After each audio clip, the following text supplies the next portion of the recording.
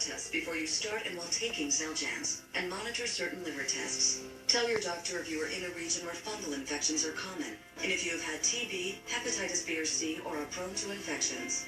Xeljanz can reduce the symptoms of RA, even without methotrexate. Ask your rheumatologist about Xeljanz.